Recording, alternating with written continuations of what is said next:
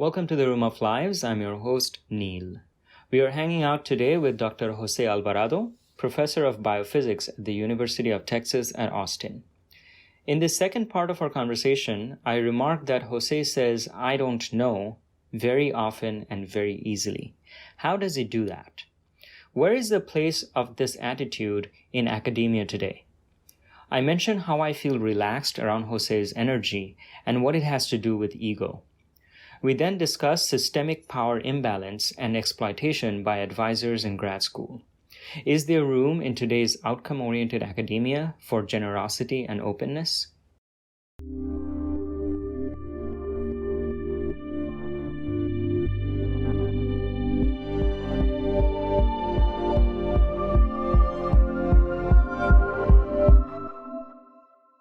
One of the things that you mentioned you wanted to talk about was something about interacting with others. Yes. As being sort of important to your personal philosophy. Yeah, I want to hear a little bit. Definitely. Yeah. Just as a researcher and physicist, I draw lines at the edge of my knowledge and raise my hands and say, I don't know when it comes to what is life and so on. I also don't know what is the self. I don't know what is the universe. I've encountered many explanations. A lot of them are conflicting. And I just can't know right now. And that's hard for me to grab onto and to really feel like I can make observations and understand. But like I said, maybe you could argue that there are three infinities in front of us. There's the infinitesimal, there's the universe scale, and then of course there's the ordinary meter scale of infinity. That is, maybe you can call it a singularity of a activity, called life. And I respect the fact that life is as close to infinite as we can approach in our everyday experience. And I know that I can, even though I don't understand myself and I don't understand the universe, I can observe, understand, interact with, shape, direct, and inform the way I interact with other forms of life. And hang on a sec. I hope it's still. Oh yeah. Okay. I just have this rising panic sometimes that I forgot to press resume here because it happened once. Yeah, sorry. Yeah. Okay, I'm glad that it's recording. Yeah. So how I treat other forms of life is my way of understanding life. And that is very important to whatever it is that I am and to my understanding of who I am and what the universe is.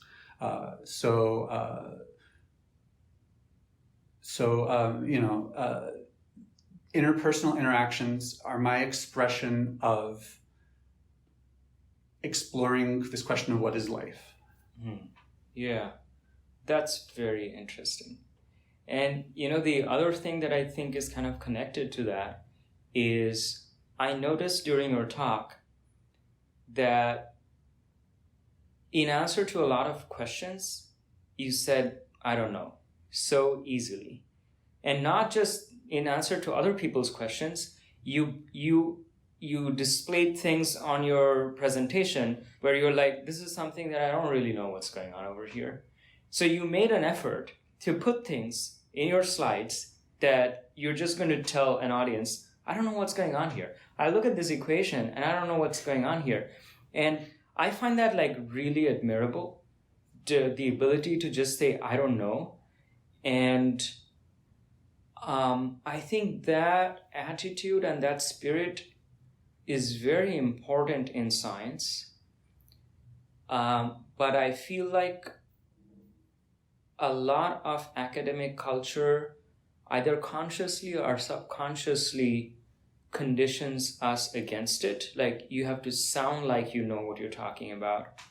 And I've seen people a lot of the time use difficult words in their writing, in their presentation, and they don't like to be found out that, oh, I don't know this.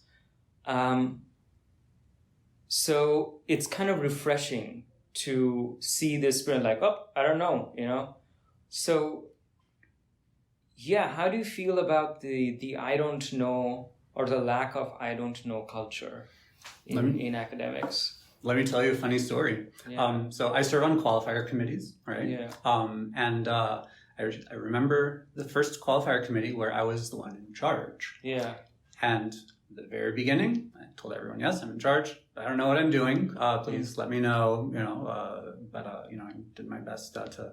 And the moment I said, I don't know what I'm doing, my senior more colleagues who are also there, they said out loud, yeah, you shouldn't say that. Or you shouldn't express yourself that way. And I was, of course, taken aback a little bit.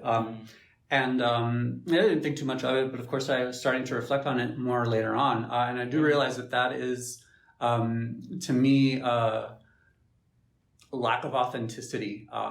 If I were to, kind of pretend to other people that I knew what I was doing, when in fact I have no problem expressing to people how vulnerable I am at that moment, that this is my first time, I don't know.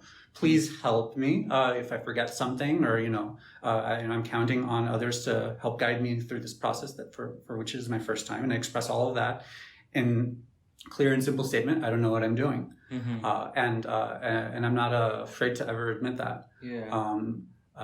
There are a lot of questions out there where the correct answer is really I don't know, and that's okay.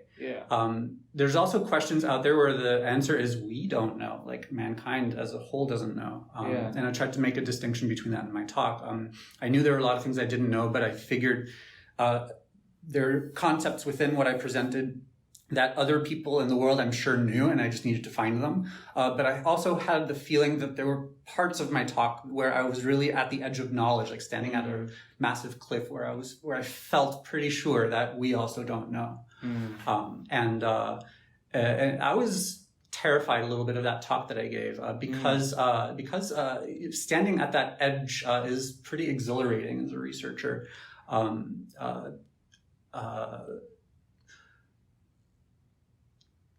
First of all, there's this feeling of, wait, is it really that we don't know, or is it that I just don't know and I just haven't found the right paper yet? There's a bit of ego there. But then there's also like, where does this go? Like, how could this possibly evolve? And you start thinking about the future, which of course turns out to always be different than you imagine. So that kind of gets mixed up into it. And then of course it's just this, this exploration of the unknown, which drew me into, or kept me in research for so long. That's what our job is to always find that edge where we don't know, and we're going to go in and try to find out. We have to constantly not know. If we knew everything, then there's no research. And there's no need to, spend all this money in the lab, and hire graduate students, and, get materials to do experiments, the whole thing would fall apart. The whole reason research exists is because we don't know, and we have to be comfortable with that. Yeah. I feel like my attitude on this has changed a lot. I would say, especially over the last 5 or 7 years, my attitude has become more and more of what I thought I knew before. I feel like I don't know anymore. Like even basic questions like, what is going on? Where are we? What's all of this? There are apparent answers that come up when you ask certain questions. But to me now, all of it appears to be magic. What is thinking? The thinking is something that we call the mind, which is a voice in the head interacting apparently with the universe. And inside the chemical reaction, some answers come up. But what is the process of thinking? How do we know that this is actually autonomous? Or is it just the universe that speaks into our head with a part of the same language that creates the universe itself? Maybe that's why we understand mathematics, because the universe and our mind kind of came from the same thing, from the mathematical principles. So how do we trust that we are in fact arriving at some kind of an independent answer to the question of what is the universe?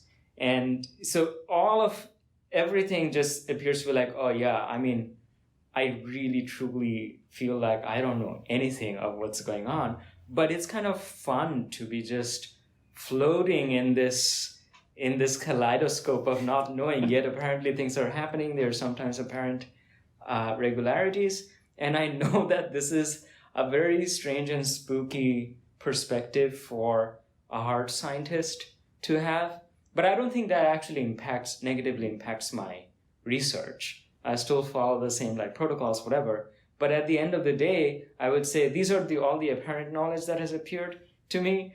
But baseline, I don't know any of what this is. Yes. And I don't know how I know whatever I claim to know. I don't know whether... Yeah. No, so I've had a very similar experience which I expressed in different words during my graduate school time.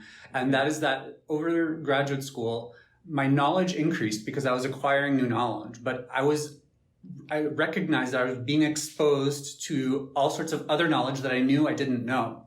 And so although the total amount of knowledge increased, the fraction against that knowledge divided by the total number of knowledge I knew that I didn't know, that just kept exploding. And so I felt stupider and stupider over the course of graduate school, even though I was acquiring new knowledge. And so you could take that limit to ultimately we know nothing. And so there's indeed a lot of mystery, as to what knowledge is, what belief is, and so on. But I think one of the things that you brought up that really fascinates me is although it's I can't experience what others experience, right? Even though we can argue that they're maybe everything's non-dual and we're all one and there's no separation between ourselves. I can't have your experience. Somehow that does in a way separate us. But one thing that does connect us, oddly enough, and I think the one thing that we can really agree on, and together with very many other people, is math. And I think, and I'm amazed at how math is a sort of. I mean, I don't want to use the word universal because maybe there are people out there that just think mathematically different. I don't know. But everyone that's been trained in math seems to agree on the same thing, which is very remarkable. I think it's one of the few, truly subjective things that we share and experience with. And while I was studying group theory back in Germany, I came across a series of isomorphisms which really impacted me a lot. It has everything to do with this thinking of lines and loops. So you're familiar with the integers, and you're familiar with real numbers. Yes. What would you say is a real number? A real number. Well, I was just going to say things that are not the square roots of negative numbers, but... that's a valid definition. I don't know if there's a better definition. There's definitely a better definition. And you can really approach it from different perspectives. The more I've investigated real numbers, the more they scare me. Because when we think of what I like about mathematics is that there's different kinds of infinities, and one of the differences is between countably infinite and uncountably infinite. And so the set of integers, -2, -1, 0, 1, 2, and so on, you have infinitely many of those. Curiously, you can look at a set of all rational numbers. So you just divide all the integers by all the integers and you get all the rational numbers. So between 0 and 1, or between 0 and any other rational number, you have what's called a dense covering of infinitely many rational numbers between any two rational numbers, no matter how close they are. So in that sense, it's still countably infinite, but it's infinite, and it's dense and it's everywhere. And yet still, the real numbers are even more infinite than that, because they fill in even more so any of those spaces.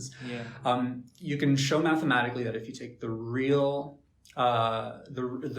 numbers and you divide out the integers, that set is isomorphic to the set of the half-open set. So you have for example, a set that contains the point 0 and contains all the real numbers up until almost 1, but not including 1. Yeah. So you exclude 1, but you include all the other points below 1. Yeah. So you have this half-open set, which seems pretty unremarkable. Yeah. But if you do a little mental gymnastics and you kind of bend this open set and allow 1 to overlap with 0, suddenly you've closed that and you've created a circle. Yeah. Indeed, you can show that the set is isomorphic to a circle, isomorphic to the U1 symmetry group of continuous rotations. And so you have this whole chain of isomorphisms that connect this notion of a line to this notion of a circle. Sort of when I first encountered that, I was really sort of like, blown away because not only are real numbers that much more infinite than what we can already picture infinity to be, because I can picture countably infinite. I just have to, picture infinitely number of things. Yeah. But then to picture something like a real number, which is even more infinite than that, I can't imagine to picture that. But the key to understanding that somehow lies in this isomorphism of the circle. Yeah. So somehow this circle expresses this kind of infinity that that you just can't possibly imagine, and it somehow bridges this notion of line and circle. Yeah, I had once heard something like the integers are as numerous as the stars in the night sky, and the irrational numbers, or the rational numbers are like the stars in the night sky, and the irrational ones is like the space between them. But they're both like different varieties of like infinity. Yeah. Yeah. Wait, so what were we talking about? Oh, yeah, we were talking about, not knowing. We were talking about not knowing. The thread between the interacting with other people and the not knowing, I think it has to do with a certain dissolution of the ego. And ego is something that pervades all of academia. Yes. So I think I can feel it even like on a physiological level. I notice that talking with you and being around you is like, I feel like pretty relaxed. And I think there's a certain subconscious, like we all like subconsciously suss out each other's like egos. And I don't know, I guess the body kind of knows, okay, this is a space where I can kind of be. So that is also kind of refreshing for me to experience, because I feel like, the academia is a place where like egos just like run riot. Because, I'm so cool, I'm so smart. And I also have so much, like you get a lot of creative independence. And once you're tenured, it's like, so that's not like a lot of the rest of the world where you have to answer always to some kind of like a higher structure. In a way, like the rules in academia are made by the professors. So they're kind of at the top of this ecosystem and they've got this license of,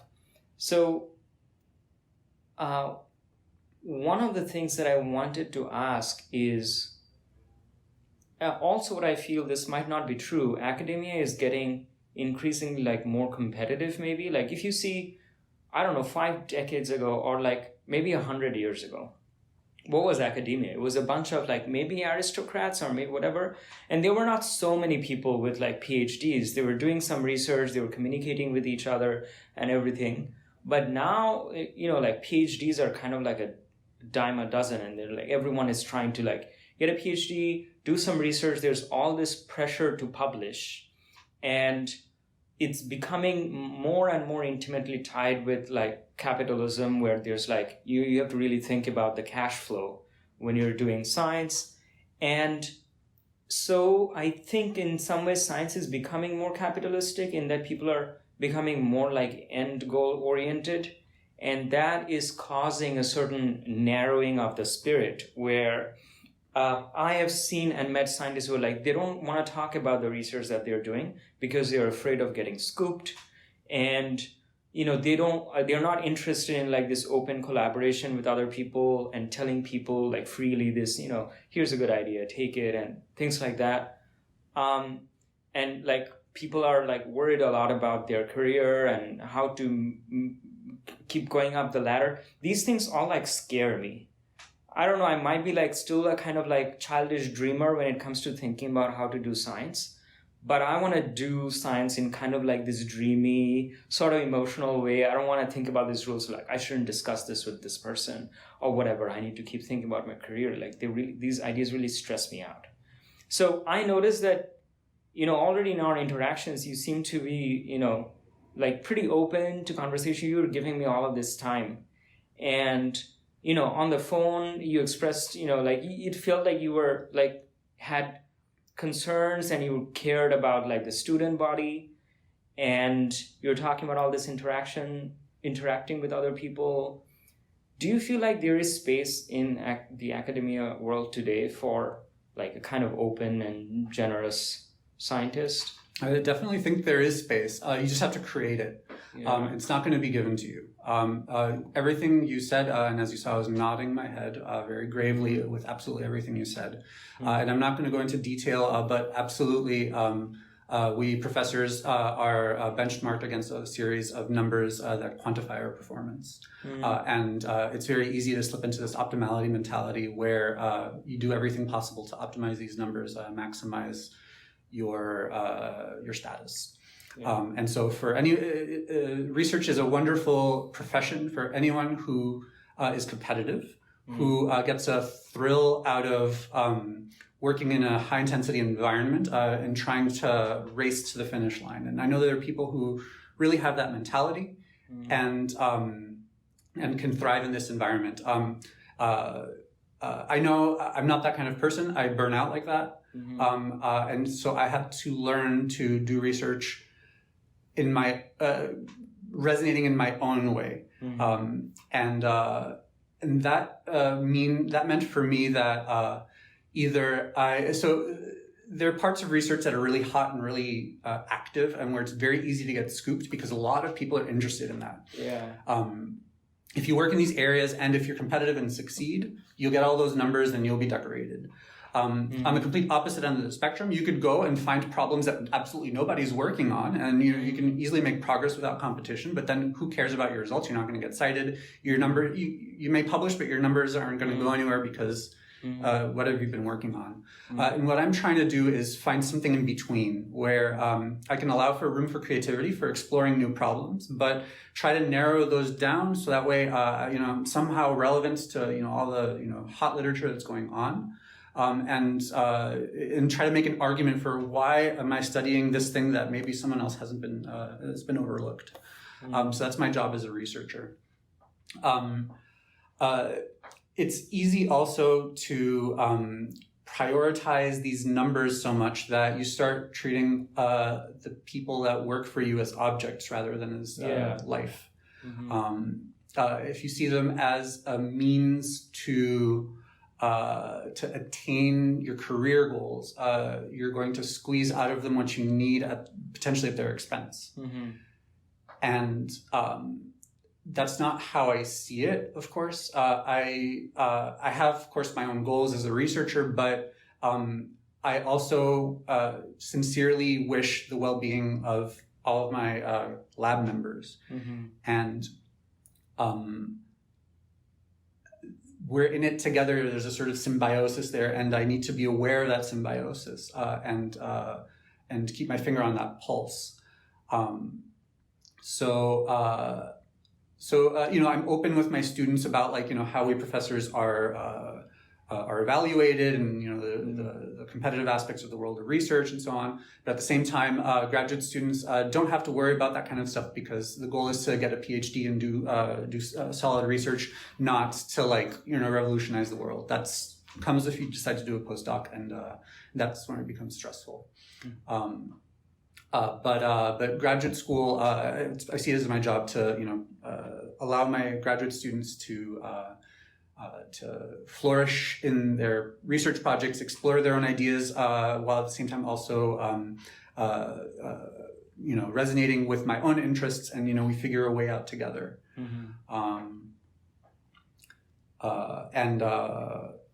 Yeah, and of course, I don't require that my students publish in Nature, right? Like, that's an unreasonable thing to expect out of an undergraduate student or graduate student. You know, they're researchers in training, and we're just learning about the world of research there. But yeah, ultimately, I think it really does come down to how you treat others around you. I was reading this article about a tech writer who writes about the future, and was interviewed or was asked to speak to a group of ultra billionaires about the future and that technology and so on. It turns out it was just a group of 5 ultra wealthy people, and they started peppering him with questions about which cryptocurrencies are gonna win out, and what's gonna I don't know, other questions about which technologies are gonna win. And then of course he started getting more serious, should I move to New Zealand or Alaska, which is going to be more protected from the climate crisis, and what kind of underground bunker should I build in case if there's a nuclear war or a solar storm or whatever. And then it started getting even darker, how do I protect my property against the horde of angry, poor, hungry mothers that have their babies that want to steal my food. I need security guards, but how do I keep them obedient? Should I give them obedience collars? So that way they answer to me and not to them. And so this writer was writing about his experiences, and he was trying to convince them, hey, no, the answer is just invest in people, treat them as your friends now, and that will come back and benefit you in the long run. And according to this author, they were zero interested in that kind of thinking, Marxist ideology maybe, or something like that. So I see it as a grave error from my perspective when we start to regard other life as mere objects. And this is the one criticism I have of self-organization, is that, it's just all matter anyway. There's nothing divine or sacred about it. And then I'm just going to treat it like objects, and that's it. But then the other criticism I have of this whole divine thing is that now it comes with all of this shoulds and shouldn'ts, and then it causes me stress as well. So what do I do? It's hard to find for me the right approach to how to look at life, and so I just try to approach life from a position of absolute respect. I don't know where life came from. I don't know how it arose, but I see an infinity in life that amazes me. I respect life. It doesn't mean that I have to completely eliminate violence in my life. I'm a vegetarian, lifelong vegetarian, but I have a leather bag, and I have to eat plants. I have to draw the line somewhere to survive. But at least in my research, we use rabbit muscle in order to purify the proteins that we use to study. And for me, the way forward is not to to completely eliminate violence or to treat all life as objects, but rather just to simply acknowledge my impact on my surroundings, on the life around me. Keep that into consideration as I also keep my own self into consideration, and try to find a way forward that works for as many around me, including myself, as possible. Yeah. It's great that you kind of naturally arrived at this topic, because I think my final point that I wanted to talk to you about was this power asymmetry between supervisor and student in academia. And I feel like academia is this great wonderland in my head ever since I was a kid, because I was just so interested in science. But one of the big blemishes that I discovered firsthand was this power asymmetry. And in fact, the first research group that I joined in graduate school, working in that research group ended up being like a living nightmare. And it was because the supervisor treated the students as basically some kind of like a work production machine with no internal lives, nothing else. And so it was really bad, because that was my first exposure to doing research. So it colored my entire perspective of what academia is like. I didn't think that there was anything outside of this. So I was just waiting to leave academia and just go to industry. So it killed all my childhood hopes and dreams, everything. But then, thankfully, I got out of that group and joined another group where my current advisor is the exact opposite. And work still gets done, and it's like good quality work, but the approach is like completely opposite. But the thing that disappointed me even more than an individual who decides to exploit their students is there was some kind of an indifference and even a little bit of an encouragement of that sort of implicit encouragement of that sort of exploitative attitude at the systemic level. Because I saw that there were very few checks and balances against an advisor like that. Mostly how they conduct their lab is their business. Other people in the department are kind of at their same level and they don't want to get in your business. They want to leave each other alone. This is not like a company where there's some kind of an HR manager on top of everyone keeping these checks. This goes back to the dark side of the freedom in academia. And the other thing was that this person was like pretty good at producing good quality content out of the lab. And this is what the external world sees and values them for. Yeah. So they're like, oh, this is cool science. And we're going to fund this person more. And the department sees that, oh, this person is bringing in a lot of research grants and, getting a lot of the headlines. So we value this person. And so what I realized was that I was disappointed by the lack of a systemic level, a concern for the well-being of the students. Somehow the quality of the mentorship or anything did not figure in how well supported an advisor would be by the department. Like that feedback is just nowhere. It doesn't figure anywhere. It does not count towards whether they'll get promotions or grants or whatever. It's just this machine, and all the system cares about is the output of the machine. So in fact, tacitly, a lot of these people with these attitudes are going to get further in their career in such a system than other people who actually care about their students. And this is what seemed like deeply kind of unfair to me, that I feel like this is something that, especially in this time where academia is becoming more competitive and kind of more capitalistic, that I feel like you need to like take a step back and maybe institute some like systemic monitoring or checks and balances and things like that. And in my couple of recent podcasts, I've brought this up to other scientists. So I feel like this is something that's kind of important. So my master's thesis advisor said he does not believe that having like punitive measures is going to help much, but he said we want to bring up the next generation of scientists so that they, in their very nature, don't want to exploit other people. But I think that's still kind of leaving it up. Like you were saying, you were concerned about, the well-being of your students, but that still leaves it up to the individual. And, oh yeah, if you're a nice person, great. If not, well, good luck to your students. So I don't know, what are your thoughts about that? So this comes back again to the original question you asked me, what is life? And some people believe that life is just ordinary matter that somehow self-organized from the dust, and it's just some sort of a nonlinear dynamic robot. And we can do whatever we want with these robots because they're just objects and have zero regard for them. Now, of course, we've self-organized in such a way that laws have emerged, and so we can do absolutely everything. But there's still a lot of things that are legal that I believe are wrong. And for example, this form of treating graduate students as worker objects, I believe, it doesn't agree with me. But it's legal.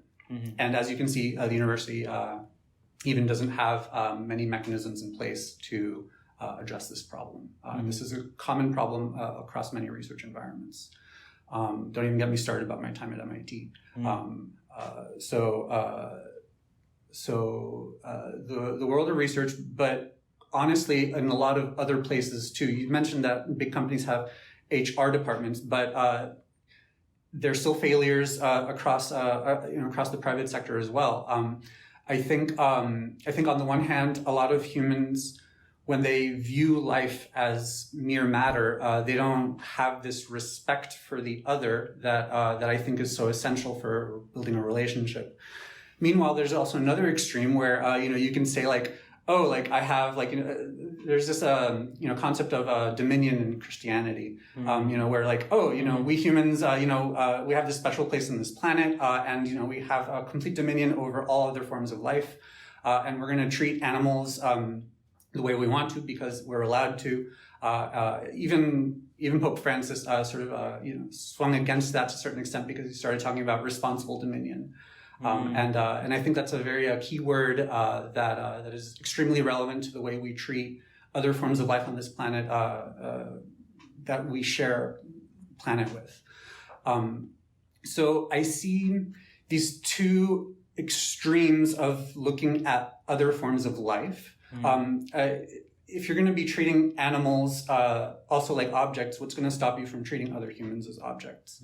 If your religion is not going to tell you anything about how you treat other humans, and if the laws are also not going to tell you how you treat other humans, and the system is telling you need to maximize these number of points in order to succeed in your career, nothing is going to stop you from being able to do that unless you stop your own self. So I wonder what is necessary now in this century to move forward to address this question of what is life and how can we respect life in a way that that allows us to treat each other right the way we'd like to, like for others to treat our own selves. There's a certain kind of symmetry in interpersonal relationships that isn't always there, right? Like, for example, parents and children, hopefully, in many cases, parents give as much as they can and children take as much as they can. And honestly, I think advisor-graduate-student relationships are should be very similar, where the advisor gives the student as much, freedom to explore as possible, while still guiding them in a way that's productive to both. But the graduate student should be taking and should be using these resources to advance themselves. Even in this asymmetry, there's still a sort of reciprocity and respect for each other that I believe should underlie every interaction with other forms of life. So I don't know of a framework that expresses this in a codified fashion, because I'm familiar with certain religions. I'm familiar, as a scientist, approaching the world from at least a physics point of view, and I just see both sides lacking in this sort of fundamental respect for life that I try to cultivate. Yeah. I think that's pretty much all my questions. I had a little additional follow-up question about the I don't know that I forgot to ask. Okay. What I was wondering is, has it always been the case with you that you're like, oh, I don't know, and that attitude comes naturally to you? Or was it something that you deliberately developed over time? And if it is something that to someone does not come naturally, or they have been conditioned out of it in academia or whatever, do you have any tips for how they can rekindle? Because you kind of have to swim upstream in order to develop this attitude of, hey, I don't know. I read on one of your podcast summaries that you describe yourself as an atheist. Yeah, at that time, I guess I did. Oh, okay. I've never used the word atheist to describe myself. I've always used the word agnostic. Yeah. And I see a big difference there. People argue about the precise meaning of these words, but for me, agnosticism is completely I don't know. Yeah. And it's always resonated with it's resonated with me since at least a teenager. Mm-hmm.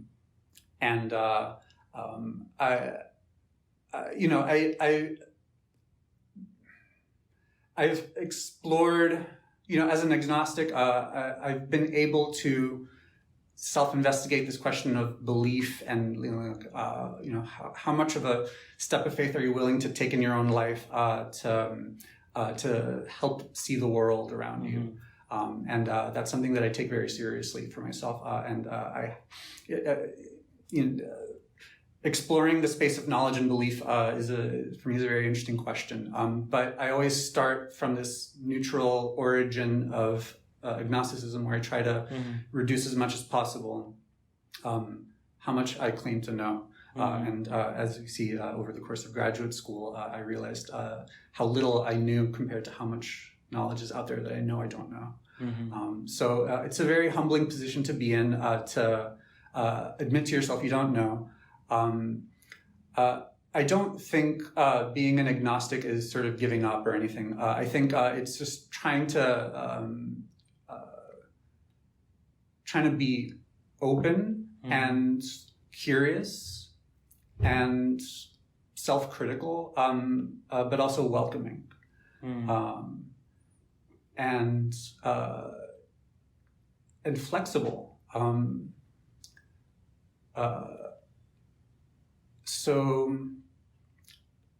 So if anyone is, if anyone resonates with these kinds of qualities, I think they would naturally tend towards, investigating their own knowledge, their own beliefs, and try to explore how much or how little you're willing to grab onto. Yeah. I think those were all my questions. So yeah, thanks a lot for a very engaging discussion, and thanks again for giving me your time. Oh, absolutely. Yeah, thank you for this opportunity. Yeah. Thanks for hanging with Jose and me today in the Room of Lives. Take care until next time. Oh, and if you or someone you know wants to come on my podcast to have a chat, or even just meet me and get to know each other without coming on the podcast, just email me at obranil@obranil.net. That email address is also on the podcast description. All right, ciao.